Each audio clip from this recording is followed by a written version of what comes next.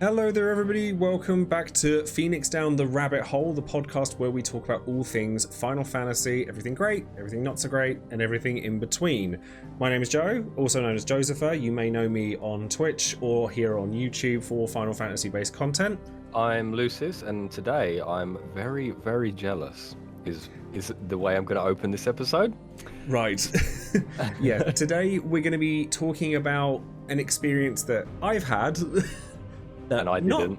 very many people have as of this point. So I was lucky enough to be invited to go and play Final Fantasy XVI a while ago, and I was able to experience some of the game and also talk to some of the developers and the voice actors and get a good impression of what Final Fantasy XVI is going to look like when it releases in June. And 1 second. I'm very excited about this as well because this is the first opportunity I've had to really talk about this, because obviously I have to be careful what I say. Well, you said yourself, you're usually the one who's doing the interviews, right? So Yeah. this time you get to be interviewed, so... It's quite nice, I'm not going to lie. I like kind of being in the hot seat of being asked lots of questions, and because I like to think I'm quite quick with these things. But yeah, so I'm very excited to be talking about Final Fantasy XVI and of course the event itself. But some of the questions I have are they're gonna generate some sort of, I guess, vague answers, because you don't want to go into everything. We still want to be able to play the game and, not have everything spoiled. I'm going to be really careful. Yeah, I know it's going to be hard, but you can skirt around some stuff, right? So anything that you feel is too much, then obviously leave it out. But yeah, And this is obviously very much a first impressions as well. The access that I've had to the game is very limited. I've definitely not played the full game at this point, and obviously we've still got a lot to experience. So bear in mind that what I say here is very much a first impressions based on what I have seen so far. plus the build that you would have played would have been from probably a good few months ago, so I don't think it's probably representative of what the final game is like as well. So Yeah, very much so. okay, Yeah. Fire away. So the first one I'm going to talk about, because you said how extra this was. I did. Because I saw that this was held in the Tower of London, but I wanted to ask about the day itself and everything that happened, because there's a lot more than just playing the game itself that happened. So Yes, there is, and I have a lot of lovely people that I want to be able to kind of shine a light on that I spent time with that day. Before we carry on, of course, don't forget to like the video and subscribe if you're enjoying the content that you're seeing today. If you want to follow either myself or Lucis over on Twitch, then there will be links in the description box below or wherever you're listening to this available, so you can come and find us and talk to us about what you're hearing today or on any other episodes of Phoenix Down the Rabbit Hole, and just come and chat to us, because I don't know if it's fairly obvious, but I quite like talking.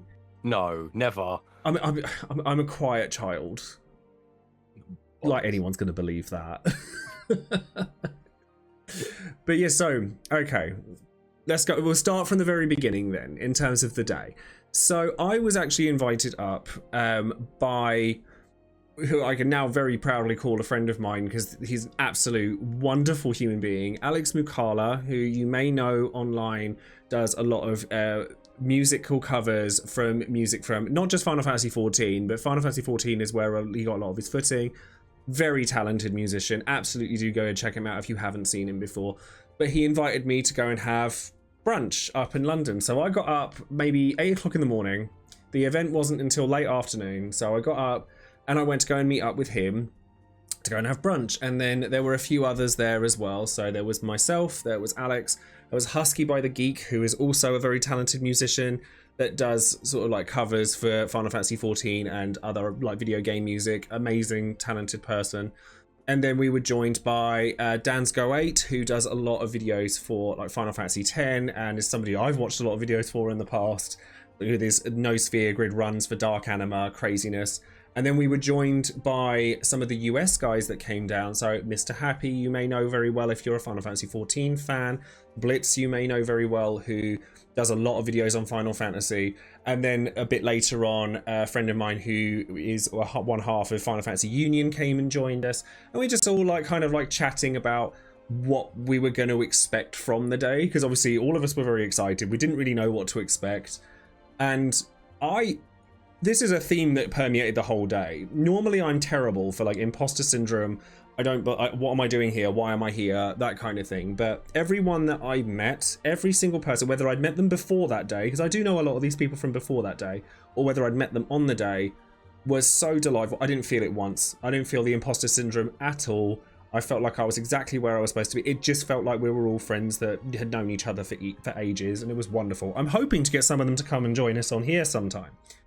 So we then, after we'd finished with that, we then went to go, because the US guys hadn't really seen London before, and I know London pretty well.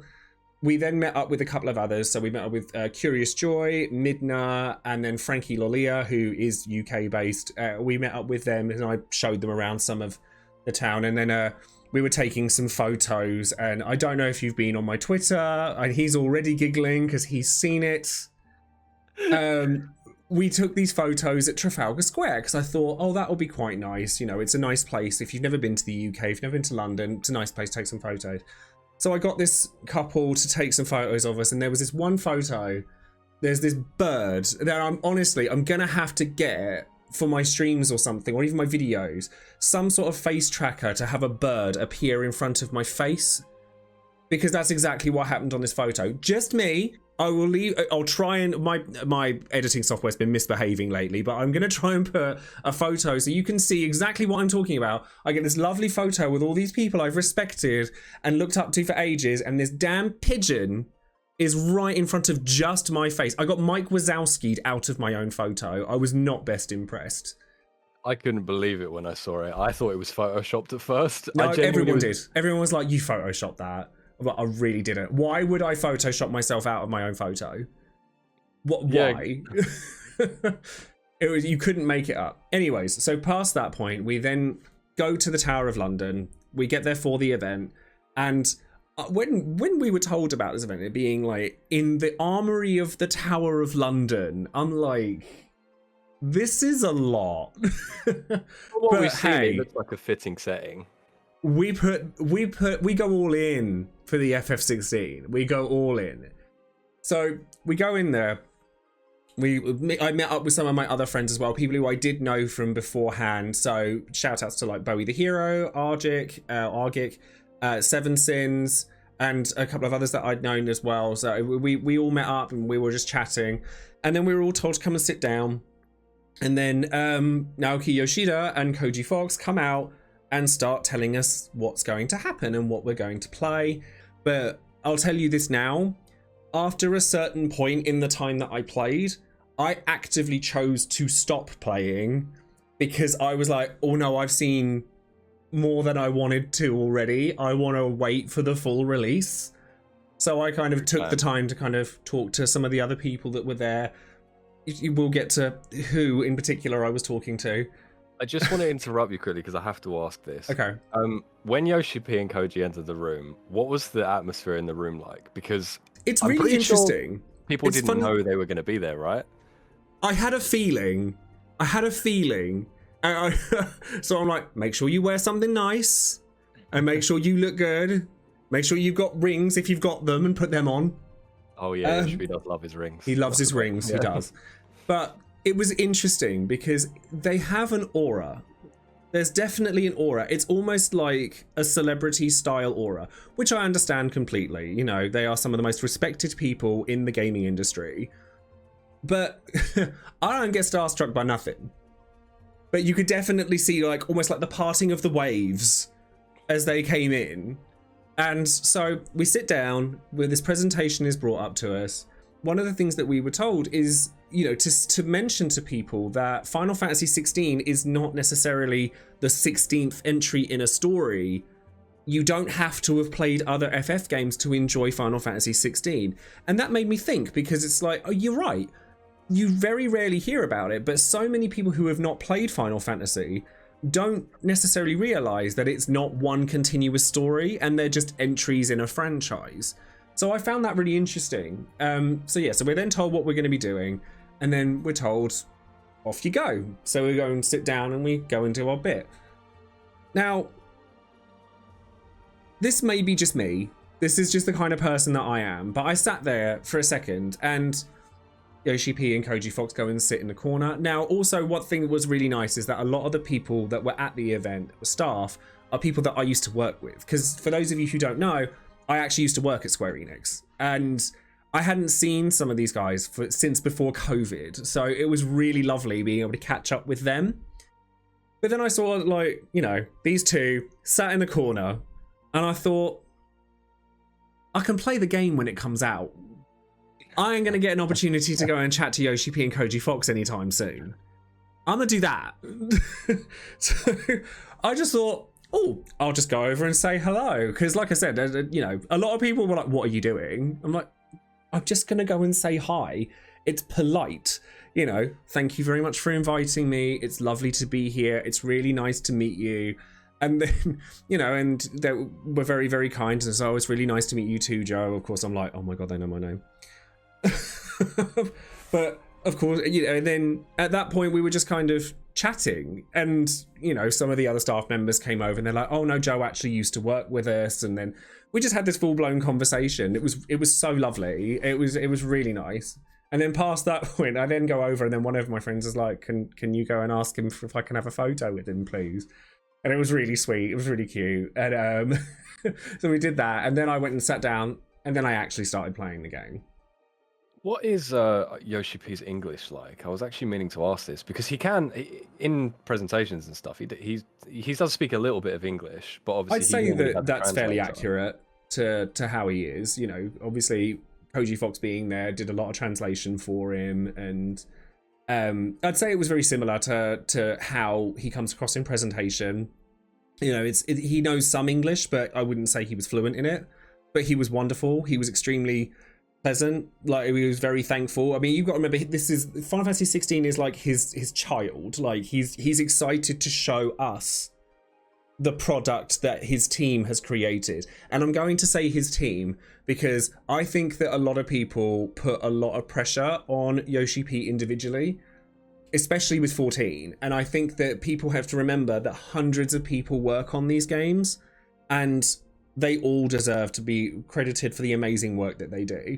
So like I said, I just wanted to kind of bring that up as well, because it's something that I see a lot in games coverage, or particularly when you have higher profile sort of developers and stuff like that. People who aren't in the limelight kind of get forgotten. And I think that that's really unfair. So I just want to say, before anything, a huge thank you to Square Enix for inviting me to that event and for allowing me to be able to talk about this. To everyone who's worked on this game, you've done a fantastic job, and I hope that you're very proud of the work that you've done. And to everyone that I was at the event with, and then my fellow creator peers, because honestly, you guys all made me feel like I belonged and I was exactly where I should be. So that's my gushing about people, mostly done for now. Yes, I do this a lot. I appreciate you saying that, actually. Remember us juniors. We're the little guys. We do still work hard. Yeah, absolutely. I think everyone deserves some attention. It's funny that you bring it up, because I'd actually love to have a conversation specifically with Koji, because I'm a lore fiend when it comes to 14, and obviously he's like in charge of that stuff. Yeah. So I'd love to have that conversation. Also absolutely delightful. Haven't got a bad word to say about him. He was absolutely wonderful. Yeah, that doesn't surprise me. They've really come across as both two really humble people. They both have an effervescence about them. They're very, very... Like I said, they have an aura. Like a very comforting aura. At least to me. Yeah. Sorry to derail you. I had to ask that question. No, you're fine. I mean, to be fair, I was like, I'm sure most people here are wanting to hear about the game.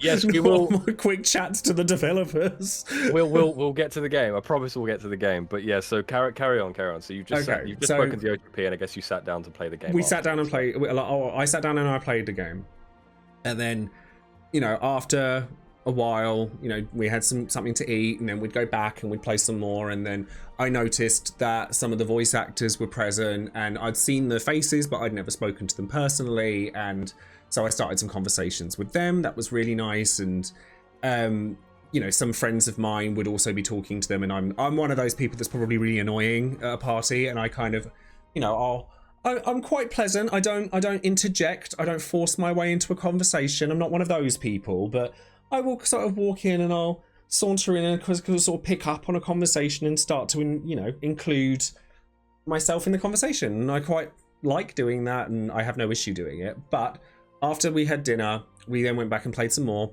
And then after the event was finished, we all went to a pub that was fairly nearby, and then we all just kind of like chilled out and let loose and had some fun, and we were all chatting, and then some of the voice actors joined us, and that was really lovely. And it was nice for us as creators to kind of get to know each other better if we didn't know each other well already, or have a catch up if we did. So it was just, honestly, it was just an amazing day, and it was extremely validating from a content creator's perspective. I'm so grateful, and I'm going to give this big shout outs to Ibs and Ria as well, who are the community managers for Square Enix, because they've always treated me extremely kindly, and I absolutely love them to pieces. So you mentioned the voice actors. Do you want to just quickly go over who it was you actually met? Yes, so there were a few of the voice actors there, but I spent time with Ben Starr, who is the voice of Clive, and also a lady called Nina, who is the voice actress for Benedicta. Those are the two who I spoke to most. There were a couple of others. Sadly, I didn't get a chance to talk to them because obviously there was only so much time available. We were kind of just sort of navigating our way through each other, basically. But they were both wonderful. I've spoken to them since the event as well, and I've got a lot of time for both of them. Really talented, very good at what they do, and very much enjoyed their company. Seeing Ben online specifically, he's a massive Final Fantasy fan, isn't he? He is. It made me laugh, actually, because he came into one of my streams not long afterwards, and I think you were the first person that noticed him, and you're like, wait a second. For those of you who don't know, this is Clive's voice actor. And I was like, so it was quite nice, actually. Okay, so I'm going to do what everyone wants me to do. I'm going to ask you about the game, believe it or not. That's probably wise. So I guess you can try and be vague here. So I'm going to give you just a vague question of what did you do when you played the game? So I played a fairly heavy story heavy section, which I'm going to be very careful about how I talk about this. That was quite eye-opening, and which was very near the beginning of the game. And then I played another section that was a little bit later on. Those sections were both quite long, so I'd say quite near to the end of that, I actively chose to stop playing because I actively didn't want to see any more story, because I'm like, I want to experience this when it's released. And I feel that I've gotten enough experience with the game to formulate my opinion already. And I don't necessarily need to finish this one section to know any more. I do, however, there was another section that involved more open world exploration that had I continued to play, I probably would have seen more of, and that would have been nice. But I don't regret my decision to kind of stop when I did and take the opportunity instead to speak to the other people that were present. But I mean, I still spent a good 3 odd hours with it. So for 2 story sections for 3 hours, so that's quite a significant amount of time. Yeah. So I spent a good length of time with it. Certainly enough to formulate an opinion. Okay, I'm going to ask the obvious question of, was it fun? No, it's terrible. I'm kidding. Imagine waiting for 20-25 minutes into the episode and be like, no, it's awful. I've been sitting on that the whole time. I'm not gonna lie. No, it's really good. It is really good.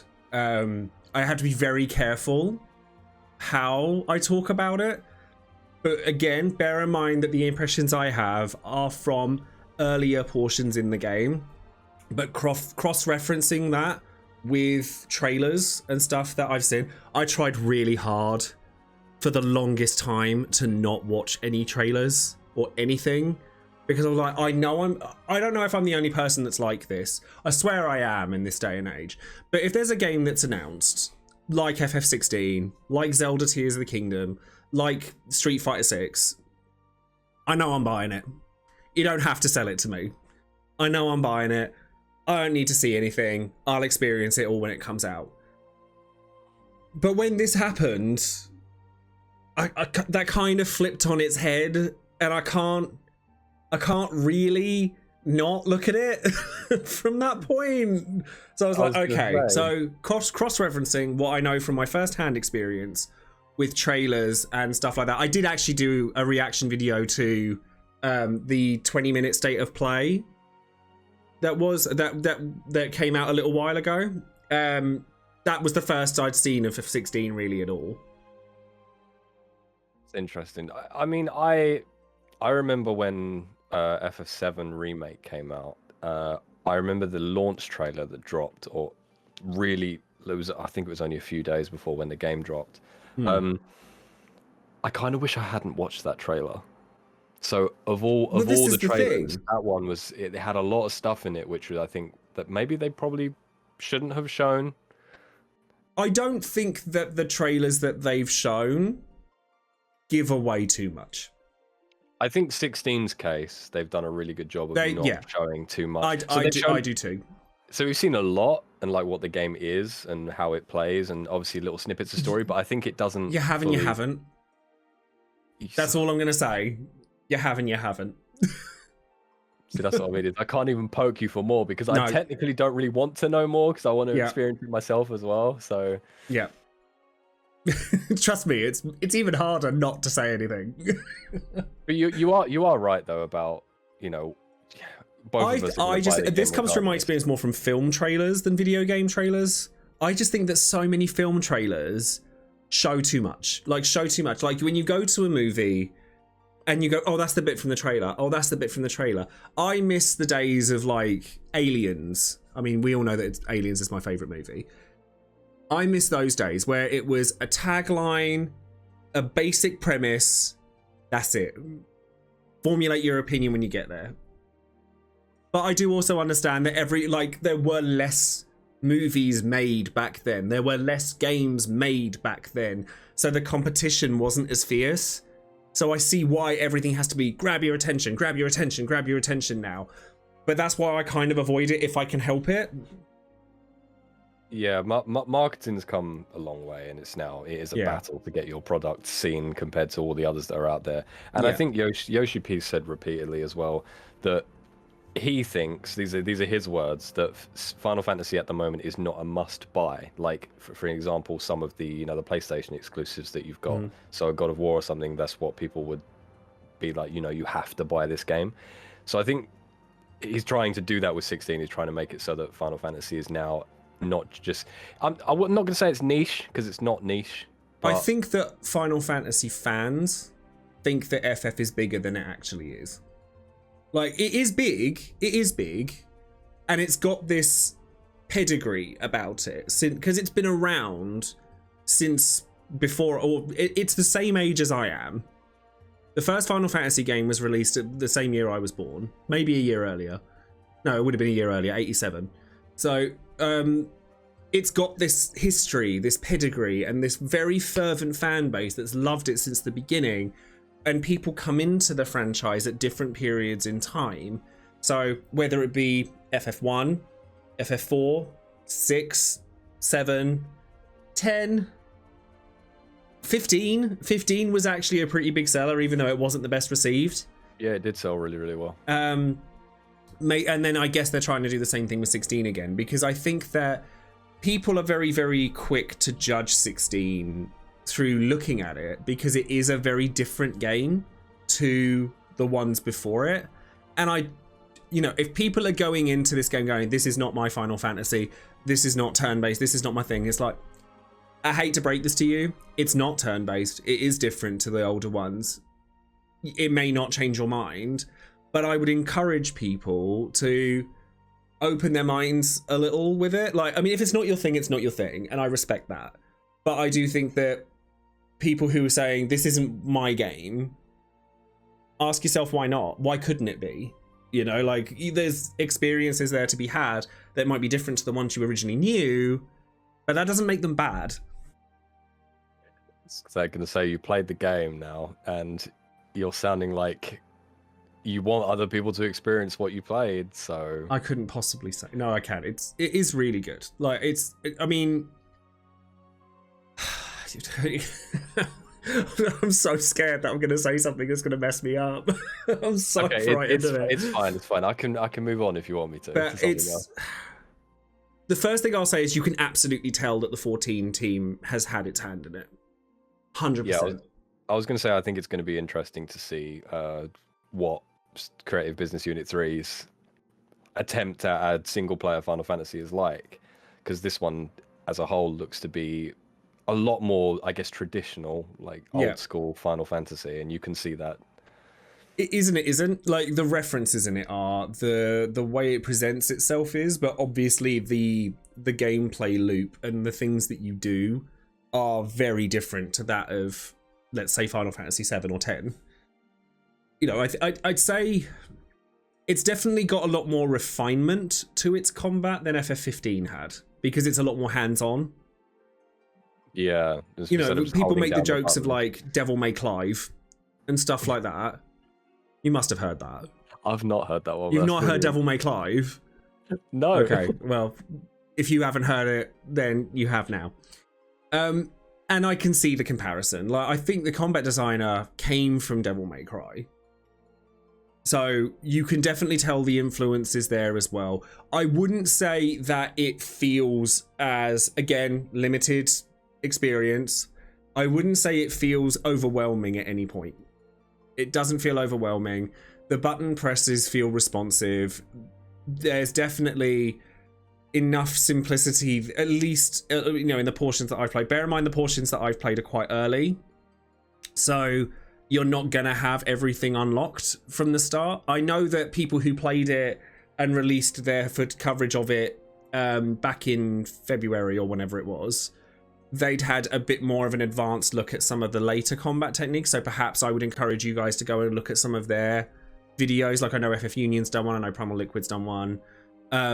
You know, perhaps go and check them out for more of the combat late game stuff. But I can definitely tell you that the progression systems feel very natural and almost have like an FF10 quality to them, where the progression feels natural to how you get to various abilities and how you get to expanding your roster without it ever becoming completely overwhelming and crazy. Talk to me. That's more of what I want to hear. That's yeah, me being my 10 bias. I think that it will be nice to see how action RPG fans respond to it, because I mean, we said this in our first episode, both of us are huge action RPG fans. Devil May Cry, Ninja Gaiden, Bayonetta, God of War. Give it to me. Give it all to me. So, as somebody who is a big fan of those games, seeing that juxtaposition of that style of game with Final Fantasy, it's a match made in heaven for me. I can't speak for other people, but I loved it. I mean, Devil May Cry 5 is one of my favorite games ever made, so obviously I'm extremely looking forward to the game, and it just looks incredible. I know they recently showed us a lot of the RPG systems in the game, didn't they? Is there any? I guess you could probably talk a little bit about that, right? So I don't know how much of it you saw, because I know you were playing more story-heavy sections, but did you see anything like that? Not massively. Like, when it came to, like, as I say, there was an open world exploration area that maybe some of my peers experienced where I didn't so much, and I think that would probably sort of lean more heavily into that. But I still saw, you know, like I said, the ability progression system, the AP gain from fighting, stuff like that.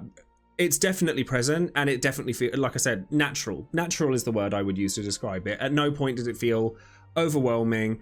I did have a look at the accessibility options, actually. I did want to bring that up because those were available, and that's something that was brought up not too long ago with a recent trailer. Like, you had the various rings that you could equip that made it so you didn't have to do dodging, you could do auto combos, stuff like that, and those actually felt really nice as well. So for people who don't necessarily like that kind of game so much, or at least want to dip their toe in the water for it, I'd say to give it a go with those options available, because it makes it feel a lot more, if you're there for the story and you're there for, like, just the progression of the lore and the characters, you can still enjoy it through that.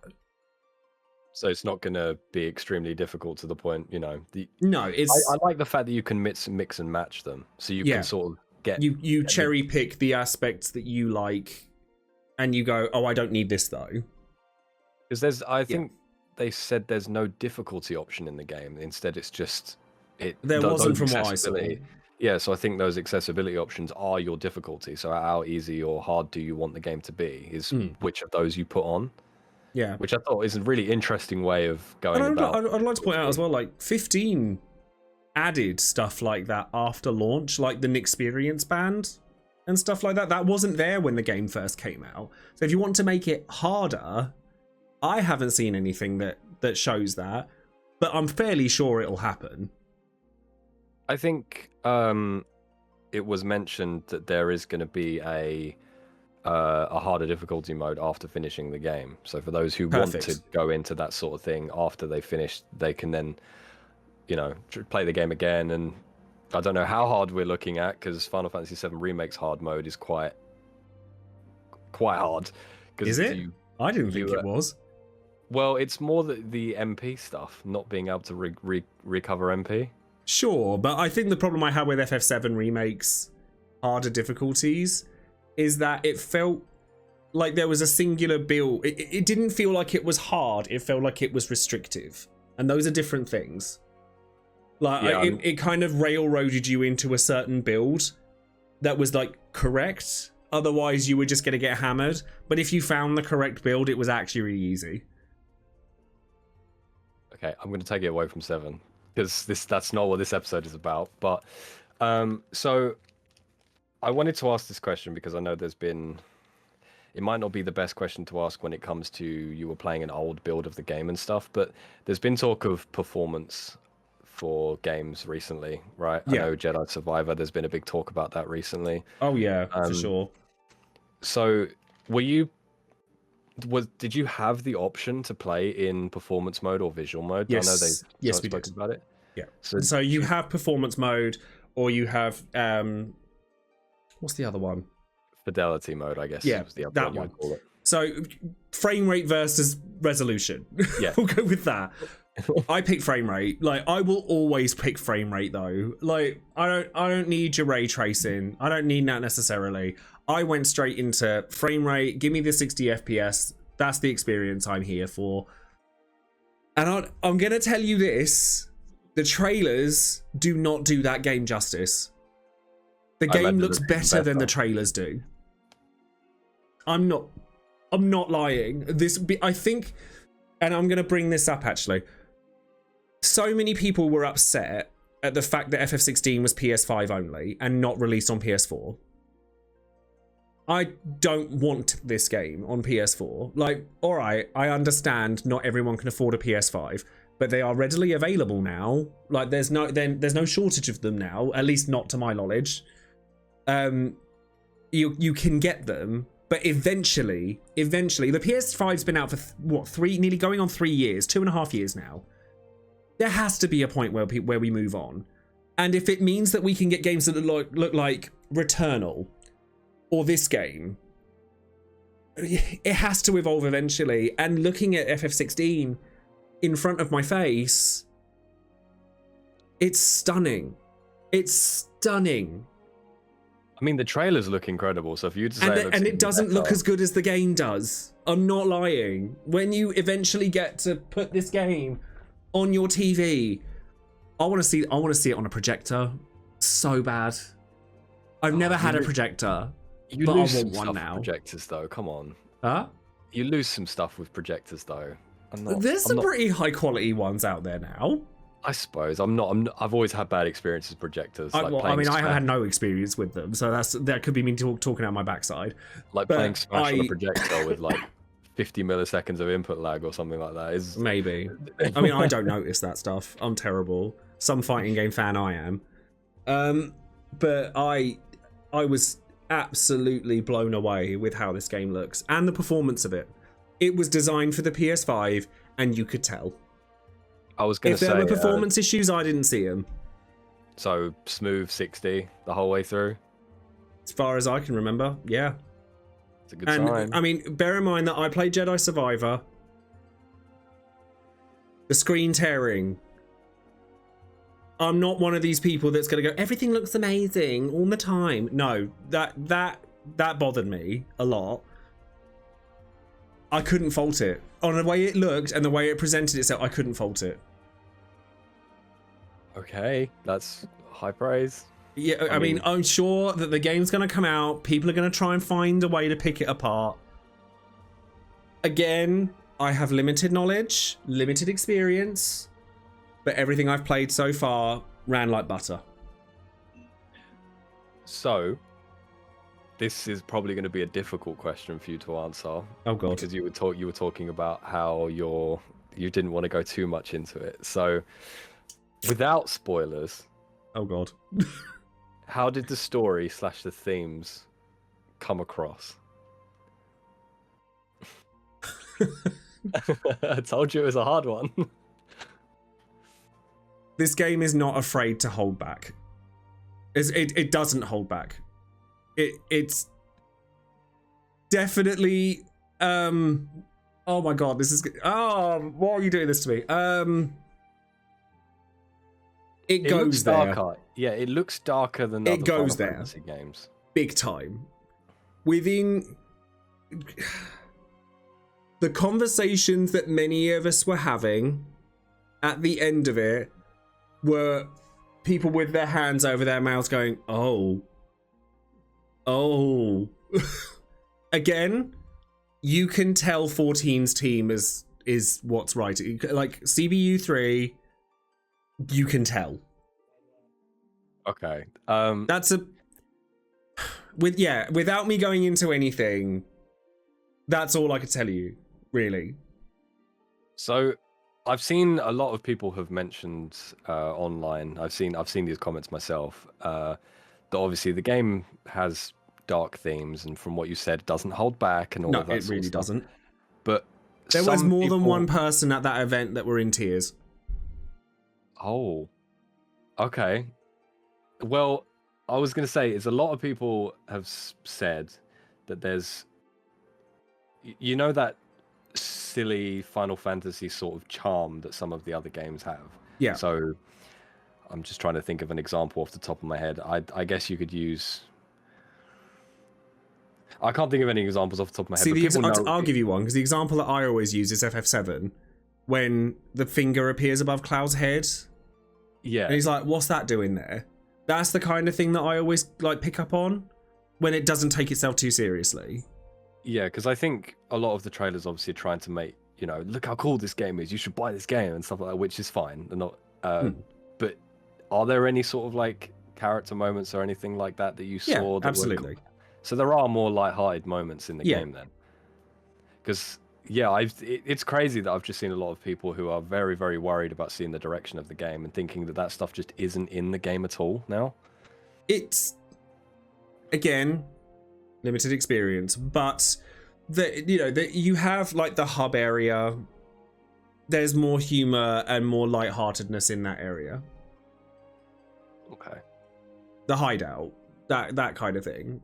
Yeah, I mean, we've seen all of the hideout and stuff anyway. I mean, I don't want to dive too heavily into characters or anything like that, but Sid in this game brings that. And in the best possible way. My next question was going to be characters to you that stood out, because we've seen a lot of Clive, and I guess some of Sid. Okay. So characters that stick out to me, yeah? Yes. Sid is one of the first ones that comes to mind. However, the range in Clive, oh boy. What, just in terms of voice acting talent, or?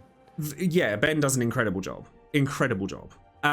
But just the range, the depth of the character, I'm very, very intrigued to see where it goes. Very intrigued. So and I'm willing to bet that I have seen literally the tip of the iceberg. Oh yeah. I mean, like, there's gonna be gut punches. There's gonna be laughs. It's gonna have it. It will. I know it. So what stood out so much about Sid in general? Because one of the things I know for me is his voice. That he has the deepest voice I think I've ever seen. It's like caramel smooth. Yeah, I mean, Sid is, I mean, Benedicta as well. Like, Benedicta is one of these characters that is very up my alley in terms of being that kind of villain. Oh, like... Are we bringing it back to classy sexy again? Is that I mean, you know I love again? that. You know I love that. But if you don't know, the voice actor for Sid is Ralph Tyneson, who Ralph Ineson, sorry. Very, very prolific in sort of television. And you notice like 14 is bringing a lot more sort of TV actors and stuff into the fray. Like a lot of Game of Thrones actors are actually in 14. And Ardbert is voiced by someone I'm pretty Gaius. sure is in... Really? Yeah, Gaius' voice actor is from Game of Thrones. He was Roose Bolton. Couldn't think of the name. Wow, okay. I also grew very attached to Joshua. Little Joshua. Right. Love him. Think he's amazing. And I really I want to see more. Okay. And I just think that also just the presentation of the icons. And I love the fact that this is another sort of summon centric story. Because they're always the ones that do really well. 6, 9, 10, 15. Well, 15. I mean, it's sold well. It's sold well, right? Again, I like 15. I like it when the Espers, Eidolons, icons, they're involved in the story. And in 16, that is very, very clear. I mean, it's as you said, with the 14 team being in charge of it, it just makes sense. It just makes sense. Yeah. They did it with 14, it's very, like, the primals. Oh my god, there's so many different words for summons, I forget sometimes. But the primals, obviously very integral to the plot throughout all of 14. All the way up into Endwalker. So it's nice to see. I like those story arcs when the summons are integral to the plot.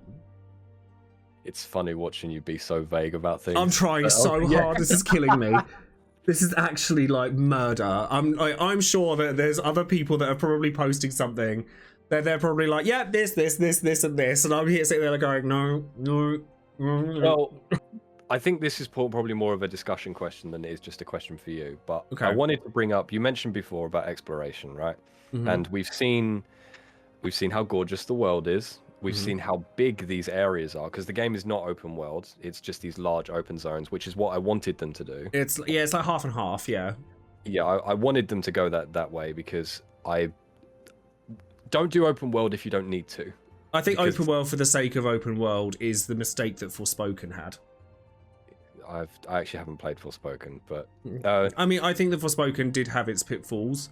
I actually thought it was quite a good game. I think that it got a lot of hate unnecessarily, but I do think that if you make a game open world for the sake of it, it doesn't add anything, and it just annoys me. Like, it depends. Like, if everything is like Breath of the Wild or Tears of the Kingdom, where you see something off in the distance and you think, oh, what's that? That's the game. That is what the game is. So it's added something to it. Just by going, here's a world, plot, go, that does nothing for me. Yeah, so the reason why I wanted to bring it up is these big open zones that they've got not only shows the distance traveled. So if you put different biomes and where it is that you're traveling across, it gives that a much more, because it lets the imagination run wild as to, they've traveled for days to get to this next biome. But obviously we've seen now in the state of play that hunts are being included, right? Yeah. Which is one of the things that I was super, super excited about. I was like, please do hunts, please. And you mentioned, I think it was a while back now, but you mentioned about how much the end game of a Final Fantasy matters to you. Yes. And do you think they might do the similar thing that 12 does, where your end game super bosses are going to be tied to the hunts in some way? I mean, honestly, I don't know. If I'm honest, like from what I've seen, there's no indication for that. But I'd like to, as long as there is. I don't really mind how it's put across, really, like whether it be 12's hunts or, you know, the weapons from 7 or Sephiroth in Kingdom Hearts. I just want a place that has the ability to give me everything that I've learned up until that point a challenge, and give me a reason to have learned everything, to have done the leveling, to have grabbed the gear, to have done all of this work. And an example that I'll give for this is, it's one of my favorite games, but it's actually a negative thing. Bravely Default 2. Bravely Default 2 has this amazing end game that gives you like additional abilities to each job, but when it comes to a place to use it, there isn't one. You get all of these amazing abilities, you've overcome all these really difficult bosses to get the stuff, and then you get to the final boss and you slap him in 2 hits. And I'm like, oh. It's that anticlimax. That's what I want to avoid. Whereas if there is a reason to really push yourself, you know, maybe if they're going with the Devil May Cry method, some sort of wave-based combat a la Bloody Palace could be cool. It's interesting, the ability to be able to replay sections of the game as well under a point system. I thought that was a pretty cool idea, because that to me, I mean, it's obvious that they're proud of their combat system, right? Because most of the stuff you've seen on the game is the combat, which is why I was trying to touch upon like the other aspects, like the exploration stuff. But yeah, I'd love to see it. Actually, a question I was going to ask you, because this is something that and to anyone who's watching as well, what do you think of the UI that you've seen in trailers and things like that? I'm personally, I quite like it. I think it's okay. I think one of the main things when I first saw it is it looks very modern for a game that's set in that sort of medieval sort of time frame, which isn't a terrible thing, and I'm sure my gut reaction said the same thing. Like, I thought it felt a little bit jarring, because it feels very kind of, it almost looks like FF13's. Yeah. Which is odd, because FF13 is more the sci-fi side, whereas this is more the high fantasy side. It's nice. It is nice. Like, I can't say it looks horrible, because it doesn't. I think that it could be a bit smaller. Yeah, I hope it has all of the information that I need, right? That's it definitely supplies you with information. Like, that's not an issue. But you know, at no point did I feel like I didn't know what I was doing. And I knew when to cast magic. I knew when to use the dash abilities. I knew when to get out of combat. I knew what abilities. Again, this comes down to the FF14ness of it all. Like, they telegraph an unblockable attack or an attack you can only parry. Stuff like that. They do telegraph that stuff. So I guess what I'm trying to say when it comes to the combat is I can understand why, from an onlooker's perspective, people might go, "Ooh, I don't know about this. This isn't the Final Fantasy I know." There's more of it than you think. Yeah, as we can go back to the UI then. So when it comes to you, for instance, navigating the UI, so was there a large learning curve there? Did you? No, the tutorial at the start was pretty in-depth. It wasn't stupidly long either. Do you know when you get those games that spend like 2 hours teaching you how to press square? So this is a big thing for me. I'm going right. You've started a design tangent now. I hope you realize what you've just done. So okay, there is a big thing of teaching the player through gameplay and so I know certain games tend to, especially it's very much an RPG thing, to teach the player how to do something via menus. Be like, press X here, cool, you did this, now press square to equip, you know, like that sort of I hate it. Like, I hate that. Does 16 do that, or do they try and mix that with, as an example, Clive? I don't know if Clive can jump, right? But I'm just saying, can Clive jump? So he needs to walk to an area, there's a ledge in front of you. There's no way around that ledge apart from if you jump, right? So you're teaching the player that they can jump because they have an impassable obstacle. I'd say it's half and half. That's fine. That's half and half. About, like you get a tutorial for combat quite early on that it's a training montage essentially, and so it's kind of half and half. Yeah, it's hard to get that balance because at the end of the day, you need some kind of UI and you need to show the player which button inputs do what, right? You can't do it completely. I mean, games in the 90s did. Super Mario Bros. Never taught you how to jump. Well, it does. In Mario, if anyone can remember the first level of the first, I say first Mario game, but like the classic Mario game, right? What's the first obstacle that you come across? Well, the Goomba that walks across the front. Yes, it's the Goomba, because you have to jump over it. It's just little things like that I just like to gush over. I mean, we do have to also bear in mind that, you know, Super Mario was made in the 80s, and there were 2 buttons on an NES controller. There aren't 2 buttons on a DualSense controller. Yeah. Sometimes true. I wish there were. No. Come on. The simplicity is good, but it has its place, right? Yeah, I know. But it felt fluid. It felt good. It felt good to play. Because I was playing an earlier portion, the moves I had at my disposal were limited. I couldn't do all the crazy things that you see in the trailer. But you can see from that point and cross-reference it to the footage that's already come out to see where it goes. And it seems like the curve is good. I figured that there's someone who is working on this game who we haven't mentioned yet. I think I know where you're going with this, yeah. And that person's name is Masayoshi Soken. And that leads me to ask about the music in the game and how is it? Because we've heard some snippets, and from what I've heard, it seems pretty good. I need that vinyl. The vinyl? You're going There's as a far vinyl. as just... I need it. It's so good. It's so good. I mean, did we have any doubt? No, I mean, this is the thing. There's 2 things you can rely on when it comes to a Final Fantasy game. It's going to look good, and it's going to sound good. And this, it doesn't disappoint. Does not disappoint. If you haven't had a chance to go and check out the snippets of music that have been released, I've now seen some of these in the context they belong in. Oh. Yeah, I think that's the most important thing, because some of the tracks I love from games are from iconic moments, right?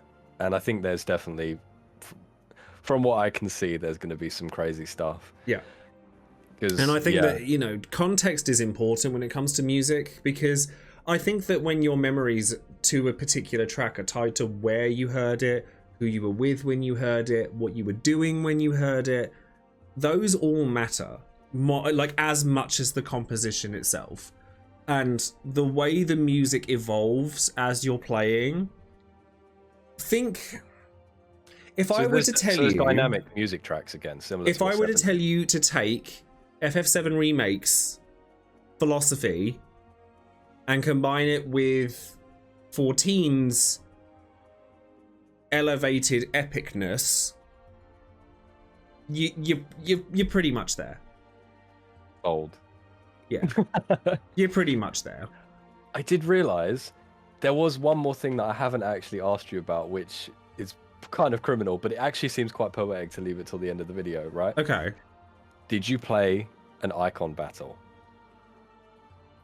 I couldn't possibly say. So yes, I'll take that as yes, you did. So again, you can't go too much into this, but because I know there was some concerns there from some people about seeing the Ifrit versus Garuda one, that it was, they've neutered everything to the point where I've just got an attack and a block button and a dodge button. But we've seen some pretty crazy stuff in some of the trailers now, so... Have you played Nier Automata? Yes. You know how Nier Automata kind of balances kind of those shifts in genre? And it is simpler, but it works and it's poetic. Because you're not doing it for too long of a time, right? Yeah. I would liken it to Nier Automata. which is, by the way, my favorite game of the PS4 era. That's actually, I can see that being a really good comparison. Actually, Yeah, that's cool. That is the comparison that I would give to it. I think that Nier Automata it has its place, and it fulfills its function very, very well. Is it more simple? The one I played, yeah, it was a bit. You know, you dodge, you do your thing, but it was still brilliant. And I mean, I spent the entire time doing it like this.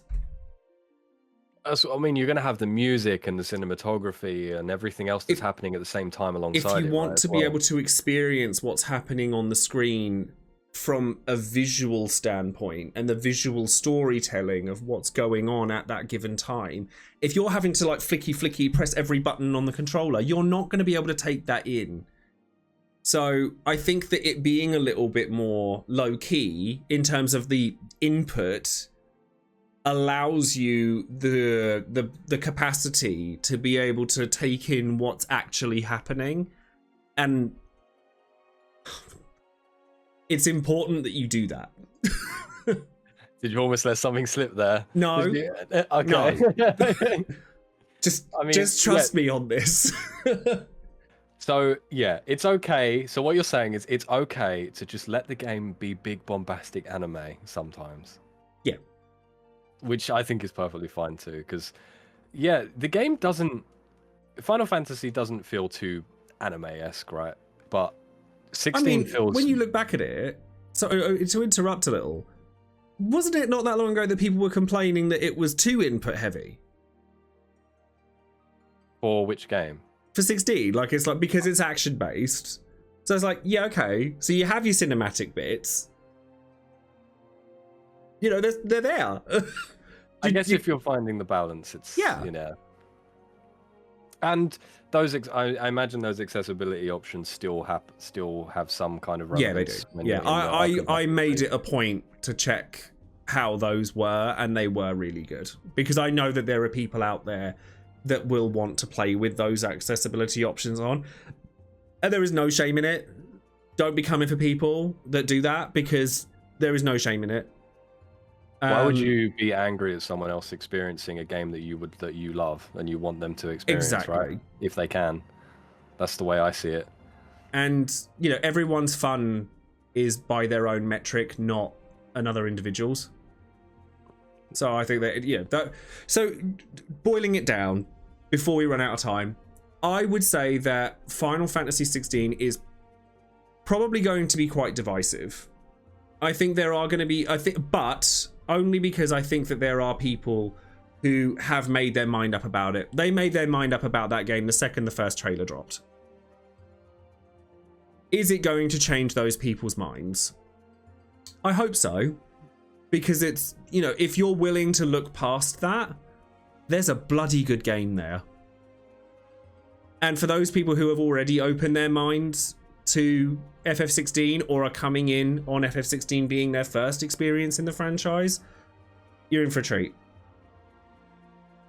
I'm still so jealous. I'm still so jealous. I just I want to play it so bad. It's just well, it's not long now. It's not long now before June destroys all our wallets. Certainly mine.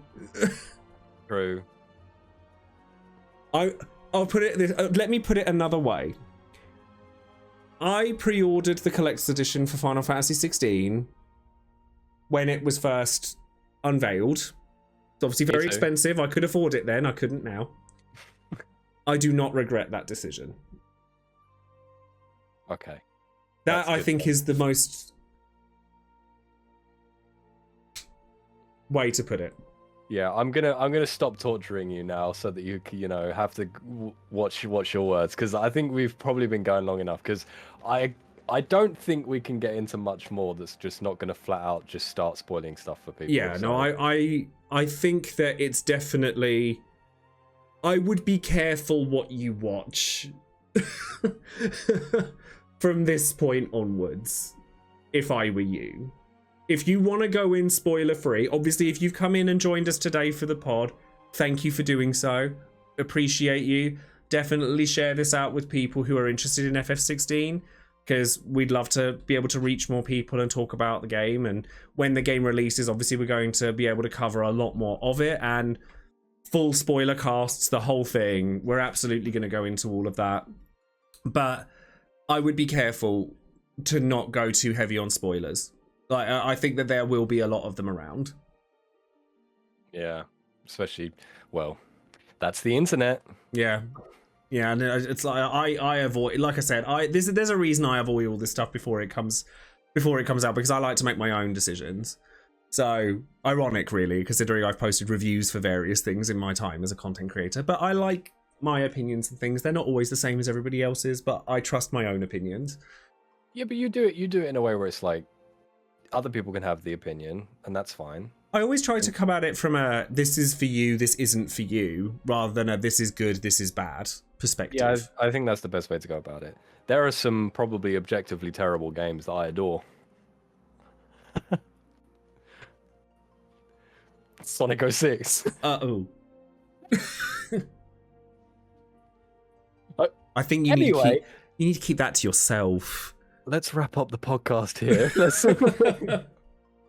Yes, so as I say, thank you very much for joining us. If you decide to come and listen with us today, or come and watch us talk about FF16, as I say, we're going to be covering a lot more of the game and the rest of the franchise. I'm sitting here making loads of videos with like tier lists and rankings and stuff like that because I thought it would be fun. Then I realised with FF16 about to come out, I'm going to have to go and do it again, but with 16 in it. I'm like, oh, why did I do that? Why did I choose now to do that? So on that note, I'm going to leave you there. But before I do want to give another massive shout out to Square Enix for allowing me to be a part of this event. I'm always so grateful to be included in anything like this. And the fact that I've been going to more and more of these events, it gives me so much joy and so much validation as a creator. And I love the fact that I've been able to spend time with so many wonderful people.